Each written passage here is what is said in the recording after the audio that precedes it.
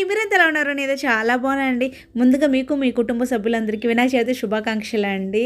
ఇదిగోండి ఇలా అయితే అలంకరణ చేసేసుకొని చక్కగా పాలవెల్లి ఇవన్నీ కట్టేసి ప్రసాదాలు అవన్నీ పెట్టామనమాట. 3 రకాలు చేశానండి. ఎక్కువైతే చేయలేదు. పరమాన్నం, తర్వాత పాల తాలికలు, తర్వాత ఉండ్రాలు చేశాను అంతేను. ఇక్కడ ఏంటంటే అన్నీ రెడీ చేయడం అంతా దేవుడి దగ్గర మా బాబాయ్ చేశాడు. అంటే పాలవెల్లికి ఫ్రూట్స్ కట్టడం కానీ, పసుపు రాయడం, బొట్లు పెట్టడం అంతా వాడే చేశాడనమాట.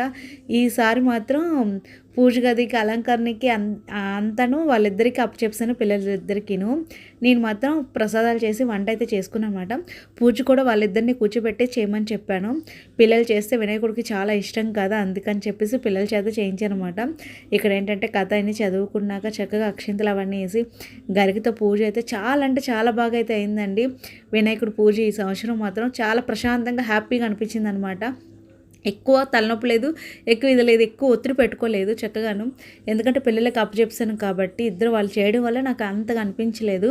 ఇక్కడ ఏంటంటే హారతి అందరికీ ఇచ్చేస్తున్న, హారతి తీసుకొని దేవుడికి హారతి ఇచ్చాక అక్కడ పెట్టాను అనమాట. ఇక్కడ వంట చేశాను.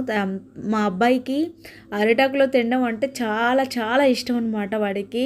అందుకని చెప్పేసి నేను అరిటాకులు అయితే తీసుకొచ్చాను. ఆవకాయ నెయ్యి తింటాడు బాగాను. ఆవకాయతో నెయ్యి వేసుకొని తినడం అంటే ఇంకా ఇష్టం అనమాట.